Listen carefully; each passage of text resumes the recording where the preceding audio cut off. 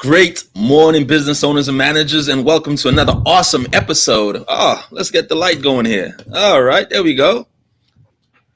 Welcome to another awesome episode of CX in the Morning, Customer Experience in the Morning. I am your host, Mr. Wes Walters, and on every single CX in the Morning, I bless you with customer service tips, customer experience tricks, and I leave you with gems. And if you've been watching long enough, you know what gems are. Gems are actionable takeaways that you can implement at the speed of now. Great morning, Miss Bernadette. How are you, my friend? How has your week been? I haven't seen you live in a minute. That means you're preoccupied running the business, and that means you've been watching the replays. I know. You haven't been hashtagging, you haven't been commenting replay, but I'm assuming you're a loyal fan, you're watching the replays, but you have better things to do at 8 o'clock in the morning to get the business ready for lunchtime. So I'm not going to hold it against you, but it's nice seeing you again, Miss Bernadette. How has everyone been? How is business? How is business? Not how you feel, but what does the metrics say? What does the metrics say? What does the data say? And how is business going? So I'm back. Yeah, I was out last Wednesday. Had to serve a customer at a world-class level, but we're here right now. We're here. So, all right, as you can see, this show is entitled "The Millennials Strike Again." The Millennials Strike Again. Business is great. I love it. Awesome.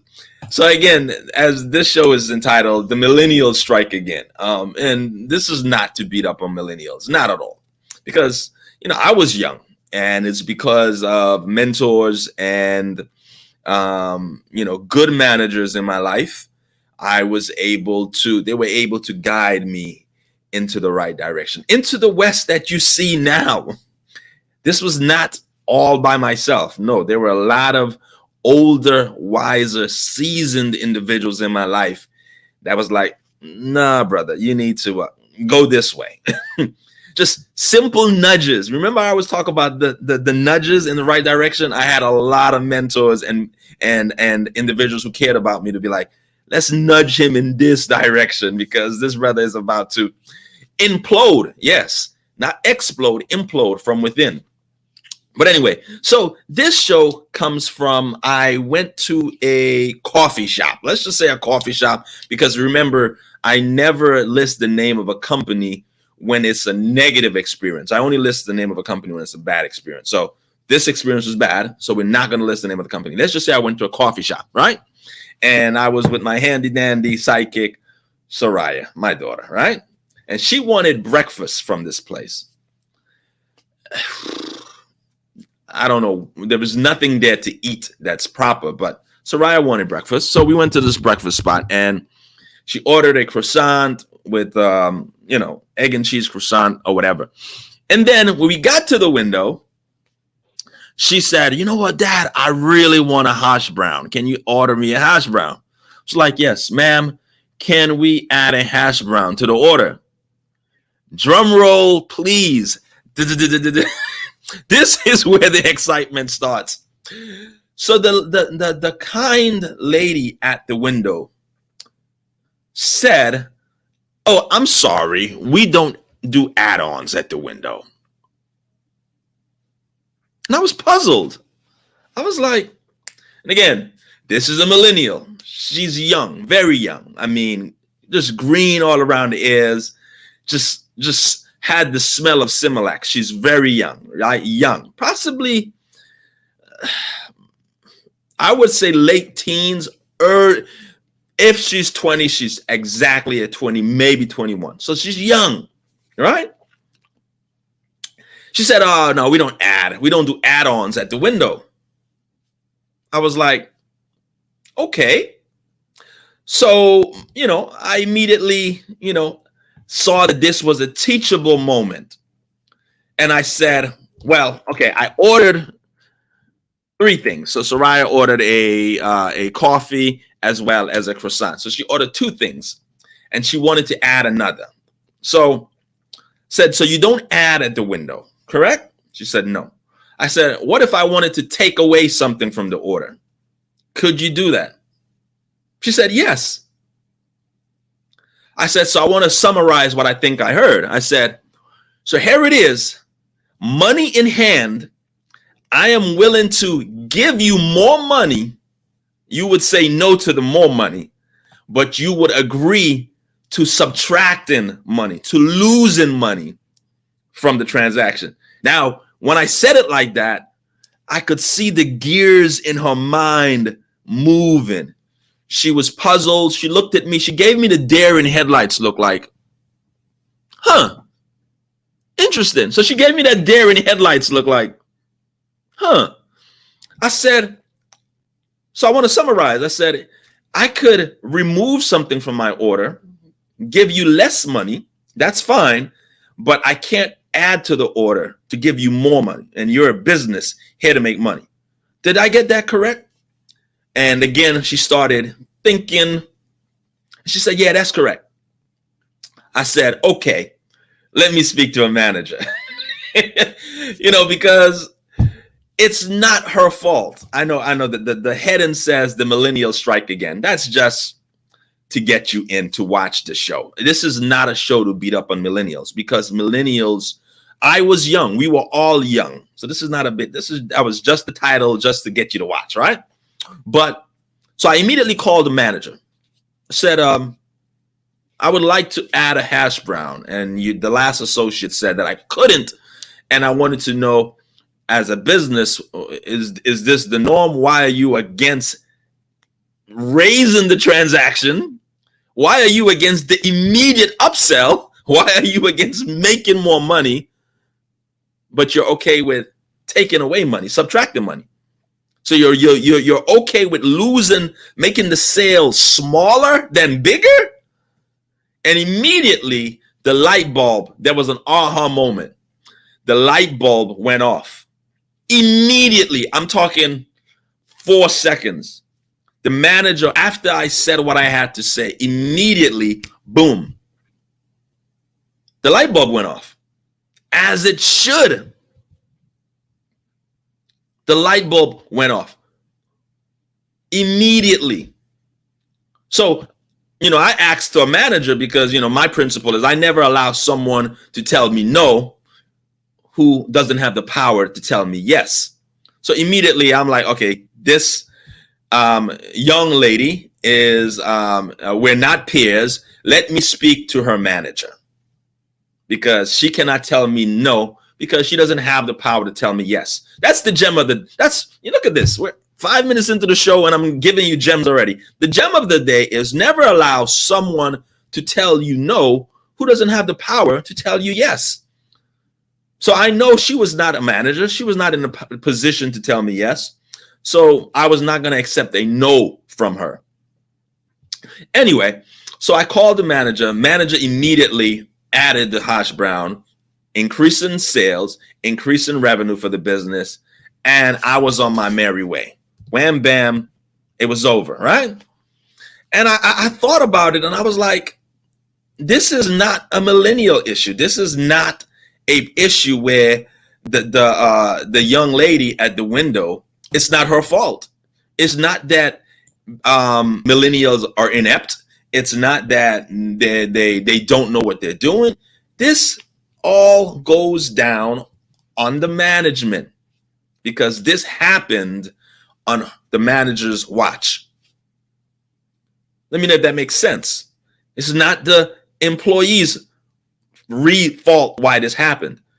The employee is following a script, and in the script, maybe the script is okay. So most, if you're not aware, most drive-throughs, the time to get you through the drive-through is 137 seconds. So just shy of 3 minutes. So the goal if you're not familiar with fast food, their goal is to have you in and out the minute you place the order to receiving your bag of goods in 137 seconds. That's the benchmark. After that, customer satisfaction goes down. After 3 minutes in the drive-through, customer satisfaction plummets. It doesn't go down gradually. After the 3 minute mark, It's I'm upset. Give me my money back. If you're like me, and if you're in a drive-through with 2 lanes, like me, after 137 seconds, after 170 seconds, 3 minutes, I'm pulling away. So that's the magic number: 137, 173 seconds, or just shy of 3 minutes. So I'm assuming that's why this was in place, because the goal is to have the customers in and out in 173 seconds, just shy of 3 minutes, so that we can keep the drive-through moving. I get it. I totally understand being swift and being fast and getting people through. I totally get that. I'm in support of that. However, you should never turn down money in hand with a customer in front of you for a customer that's behind them, maybe a customer. So here it is. You have a customer with a transaction willing to pay you more, the immediate upsell, and you're telling that customer, no, because we want to get you through faster. Now, here's a newsflash. Again, this customer is ready to pay. So this is a guaranteed transaction. The transactions behind, let's say there are 3 cars behind me. 3 cars, those are maybe transactions. If you're like me, if those 3 cars are like me, if I was one of the 3 cars, those are not guaranteed transaction, because again, after that 3-minute mark, I drive off. Unless I really, now if it's Chick-fil-A, I stay. Newsflash, let's be honest. This is an hour of power, right? This is the truth table. If it's Chick-fil-A, I stay longer than 3 minutes. I just had to put it out there. But anyway, this was not Chick-fil-A, right? So after 3 minutes, I drive off. That's just me. My time is too valuable. Unless I'm listening to a real good podcast or I'm listening to a good audiobook and I just have nothing better to do, I will stay. But for the most part, if I'm by myself, I'm in the drive-thru and it's more than 3 minutes and there's an extra lane, I pull off. I'm like, I don't really need it that much. Yeah, I'll go to the gas station and get a 5-hour energy drink instead of this coffee. That's just me. So here it is, a transaction with a guaranteed transaction and a maybe transaction. Let's just say the first car behind me is like me and they decide, you know what, I'm not waiting 3 minutes, I'm gone. So that transaction is gone. The car behind them, let's just say that father received a call from his daughter, hey, Dad, someone is trying to kick in the door, please come home immediately. That driver is gone. And let's say the third car is immediately, she realizes that the baby in the car seat, he's like, Mom, I gotta go. No, I gotta go now, Mom. You know how kids do it. They wait until it's right there to tell you. They've been with you all day, and then they wait about 90 seconds before the peak comes out of them, and they're like, hey, I gotta go now. So there it is, those 3 transactions that were behind me that this person, this associate assumed would be guaranteed transaction, they just drove off. And now she didn't upsell my transaction. So she lost 3 transactions and she settled for my transaction being where it was when I was offering to upsell. So I want to be very clear. The associate was not selling me another product. No. She was not saying, hey, can I interest you in some hash browns? No. I said, hey, I want to add some hash browns. So this was the immediate upsell was from my end. She did no selling. None. So my point is, you should never, under no circumstance, never in any circumstance, turn down immediate money for some maybe money. Have you lost your mind? Never. Because again, I gave 3 examples where those 3 transactions behind me, where again, I'm going to give the associate the benefit of the doubt that they were operating off of the 173 second rule. They were operating for you guys who are just tuning in. There is a benchmark. in drive-throughs, there's 173 seconds, which is just shy of 3 minutes, that after that 173 seconds, customer satisfactions plummets. It doesn't go down gradually. It's not like, I really wish they would hurry up. I really wish they would hurry up. I really want my fries. No, at that 3-minute mark this is the worst experience ever. I want my money back. That's what the data, again, we don't make decisions on this show based on emotions. This is what the data says. So I'm assuming, I'm going to give this coffee shop the benefit of the doubt that they were operating off of that 173 second rule where, hey, we need to get these customers through the line to make more money, but not at the cost of an immediate upsell and more money at a transaction that is at the window. And again, this is not a beat up on the millennials. No, management did a poor job in expressing and sharing that with them, because yes, they did share the part about our goal is to get our customers through the drive-through in 172 seconds. Yes, but it's not period. It's comma. It's our goal is to get them through swiftly in 173 seconds or less, comma. However, always do an immediate upsell. And if they are immediate upselling you, take the money. Have you lost your mind? So let's pull this full circle. Let me know if this is making sense. If this is making sense, type a 1 in the chat for me, please. If this is making sense, please just type a 1. All right, so let's bring this full circle. Again, this is not a millennial's fault. The millennial is not inept. No. Because that millennial was Wes Walters 25 years ago. And by no way in shape or form was I inept. I just needed some guidance. Hey, thank you for that, Chris. So it's not the millennial's fault. This is a management fault. I will not beat up on the millennial. No, it's management. Management taught that associate that, yes, our goal is to get our customers in and out in 173 seconds, period. Now take that and run with it. But no. It's our goal is to get our customers through the drive-through in 173 seconds, comma, you still upsell them. And if they're upselling you, of course, accept the money. And this is a guaranteed transaction. The other cars in the drive-through are maybe transactions. Always go with the guarantee. So let's bring this full circle with the management. It is important and it's imperative as managers or business owners that you let your team members know why they are here. Why they're here. And the first reason, if you're watching this show, you're obviously in a service-based business. The first reason we are here is to serve. Not just serve, but serve at a world-class level. We are here to serve. If you have a problem serving, and this is no shame. This is let's speak truth to power. If you have a problem serving, because you know what? Let's personalize this. There was a part in my life where I thought serving was like slavery. It was like it wasn't an honorable position for me. Like anything that required serving.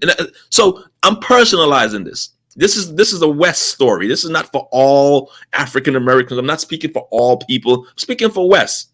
There was a time in my life where I saw jobs such as that were in the service-based industry as not what I would want to do for the rest of my life. I saw service-based jobs, whether it was as being a hostess or anything in hospitality. I saw that equivalent to slavery. I'm like, I ain't no slave. Nah, I ain't doing nothing with hospitality. So here it is. If you have members on your team that feel that service, and again, here it is where mentorship and having the right managers on your side in your life can change the trajectory. Because this was me 25 years ago. I was like, that's slave work. I ain't serving her. I ain't serving you. I ain't your slave. That was me 25 years ago. But if you have individuals on your team that have that mentality, if that's their disposition, If that's what they believe, that serving is kind of a subordinate position, if serving is not an admirable job, then you need to definitely check them or get rid of them. It's okay. It's okay. You need to have individuals on your team that come with batteries included.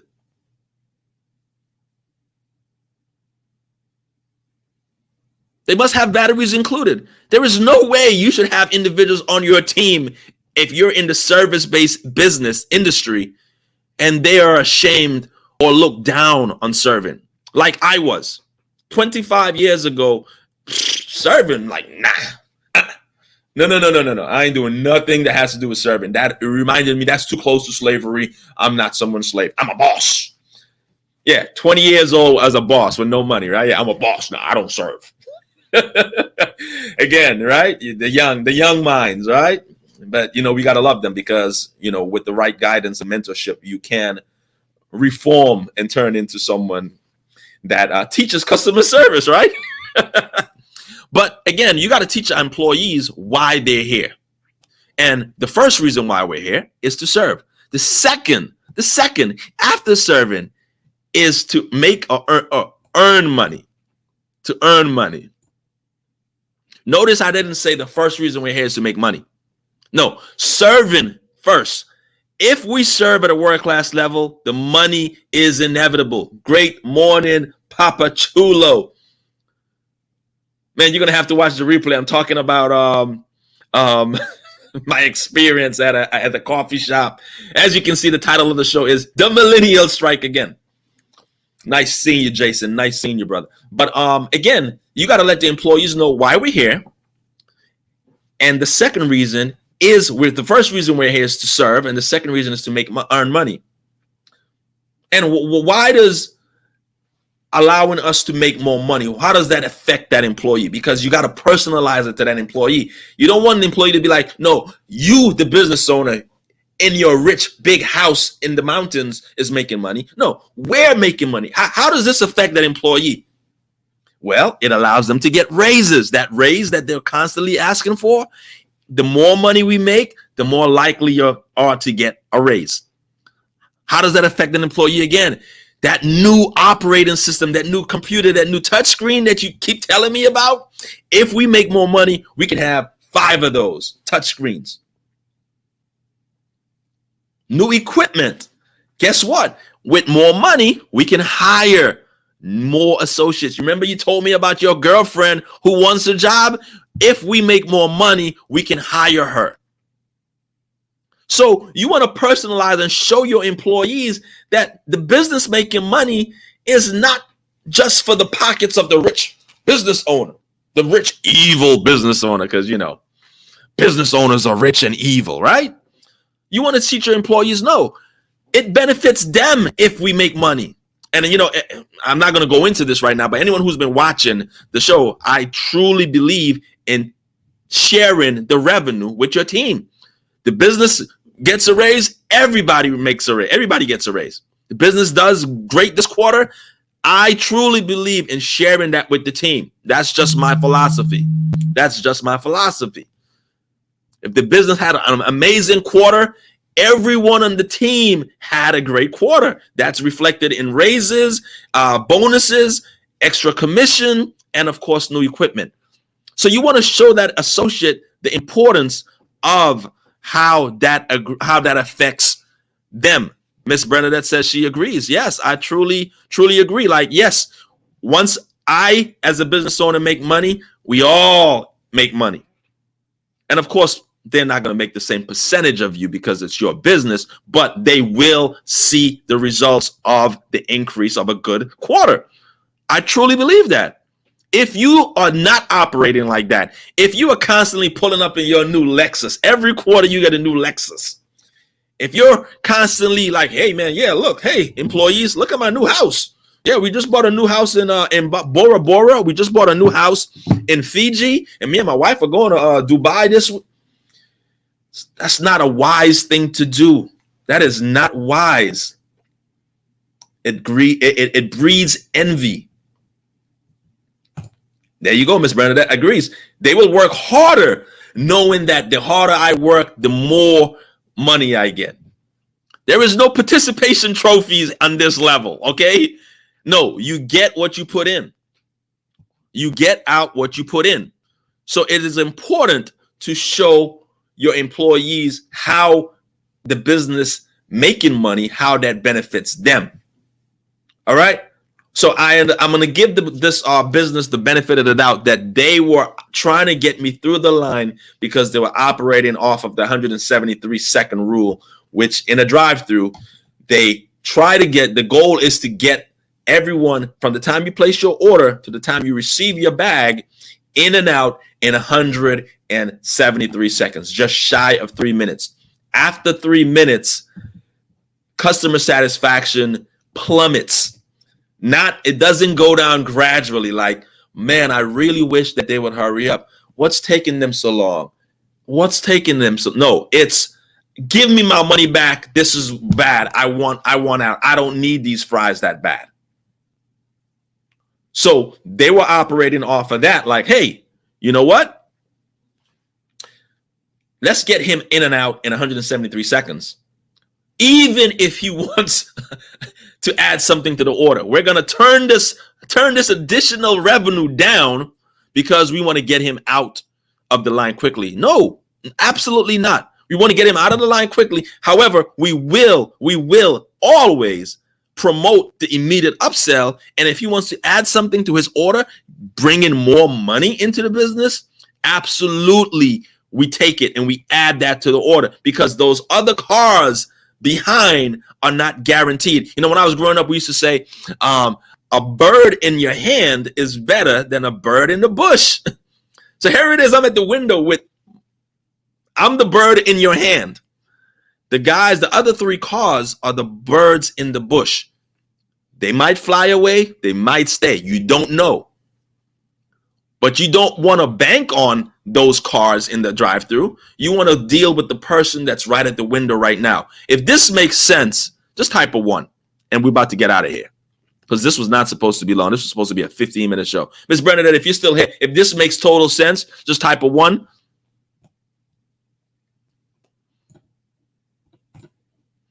Absolutely. Absolutely. Well, that's it. I just wanted to share that story with you, all the business owners and managers that are watching. You want to teach your millennials that, yes, the goal is to be swift. The goal is to be fast. The goal is to be speedy and handle, as my guy T.I. would say, all orders expeditiously. However, we are here to serve and we are here to earn money. If you're in business, you're here to earn money.